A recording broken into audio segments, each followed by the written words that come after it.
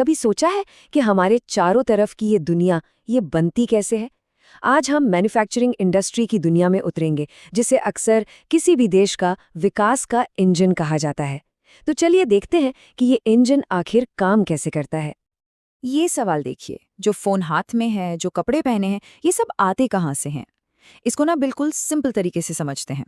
हमारे आसपास मौजूद लगभग हर चीज, फोन से लेकर कपड़ों तक, एक कॉम्प्लेक्स प्रोसेस का रिजल्ट है।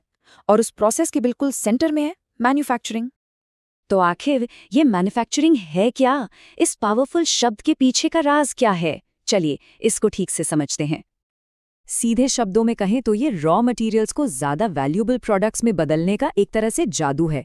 इसका मतलब सिर्फ चीज़ें बनाना नहीं है, बल्कि उनमें वैल्यू ऐड करना है। जब हम किसी साधारण सी चीज़ को कुछ यूज़फुल और बेहतर बना देते हैं ना, बस वही तो है मैन्युफैक्चरिंग। और ये ट्रांसफॉर्मेशन हर जगह है। सोचिए, लकड़ी से कागज बन जाता है, गन्ने से चीनी, और आयरन ओर जैसे साधारण पत्थर से पावरफुल स्टील बन जाता है। यही तो मैन्युफैक्चरिंग की असली ताकत है, साधारण को असाधारण बना देना। ठीक है, तो अब हम ये तो समझ गए कि मैन्युफैक्चरिंग क्या है, लेकिन इसे किसी भी इकोनॉमी की बैकबोन यानी रीढ़ की हड्डी क्यों कहा जाता है? इसका जवाब काफ़ी इंटरेस्टिंग है। देखिए, मैन्युफैक्चरिंग सिर्फ फैक्ट्रीज तक सीमित नहीं है। ये खेती को मॉडर्न बनाती है, जिससे एग्रीकल्चर पर हमारी डिपेंडेंसी कम होती है। फिर ये लाखों लोगों को जॉब्स देती है, जिससे गरीबी और बेरोजगारी कम करने में मदद मिलती है। और हाँ, जब हम इन चीज़ों को दूसरे देशों को बेचते हैं, तो देश में कीमती फॉरेन करेंसी आती है। और ये जो कोट है, ये इस बात को कितनी खूबसूरती से समझाता है कि एक देश की असली ताकत सिर्फ उसके रॉ मटेरियल में नहीं, बल्कि उस मटेरियल को वैल्यूएबल प्रोडक्ट्स में बदलने की काबिलियत में है। मैन्युफैक्चरिंग की दुनिया जाहिर है बहुत बड़ी है।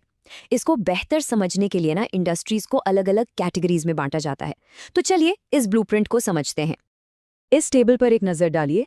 इंटरेस्टिंग बात यह है कि एक ही इंडस्ट्री कई कैटेगरीज में फिट हो सकती है। जैसे आयरन एंड स्टील इंडस्ट्री को ही ले लें।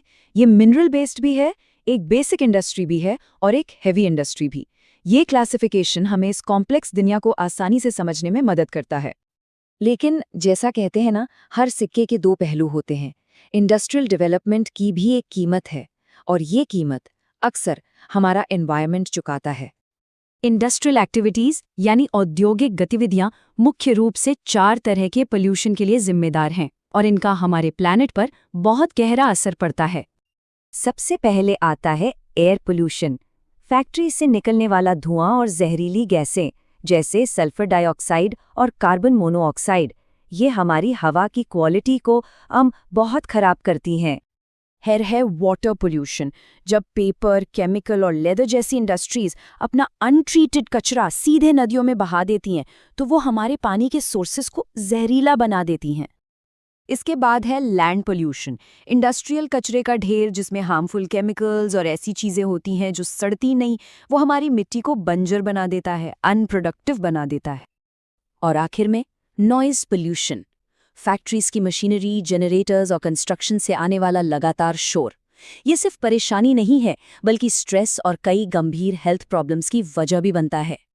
तो सवाल ये उठता है, क्या हम इस इंजन को चलाना बंद कर दें? बिल्कुल नहीं। चैलेंज ये है कि इसे और ज़्यादा एफिशिएंटली और सफाई से कैसे चलाएं। और यहीं पे कॉन्सेप्ट आता है सस्टेनेबल डेवलपमेंट का। इस प्रॉब्लम की गंभीरता को समझने के लिए बस ये एक आंकड़ा ही काफ़ी है। इंडस्ट्री से निकला सिर्फ 1 लीटर गंदा पानी 8 लीटर साफ पानी को बर्बाद कर सकता है। ये एक चौंका देने वाली सच्चाई है, जो हमसे कहती है कि अभी कुछ करना होगा। लेकिन अच्छी खबर ये है कि सॉल्यूशंस मौजूद हैं। पानी को रिसाइकिल करना, बारिश के पानी को जमा करना, कचरे को ट्रीट करना, फैक्ट्रीज में कोयले की जगह साफ फ्यूल जैसे ऑयल या गैस का इस्तेमाल करना, और मशीनरी में साइलेंसर लगाना, ये कुछ ऐसे कदम हैं जिससे इंडस्ट्रीज अपने एनवायरमेंटल इम्पैक्ट को काफ़ी हद तक कम कर सकती हैं। ये एक बेहतर कल की तरफ एक सॉलिड स्टेप है। गंदे पानी को साफ करने का भी एक पूरा सिस्टमैटिक प्रोसेस है। देखिए, पहले प्राइमरी ट्रीटमेंट में ठोस कचरा हटाया जाता है, फिर सेकेंडरी ट्रीटमेंट में बायोलॉजिकल प्रोसेस का इस्तेमाल होता है, और आखिर में टर्शियरी ट्रीटमेंट पानी को दोबारा इस्तेमाल करने लायक बना देता है। ये साइंस और जिम्मेदारी का एक शानदार एग्जाम्पल है।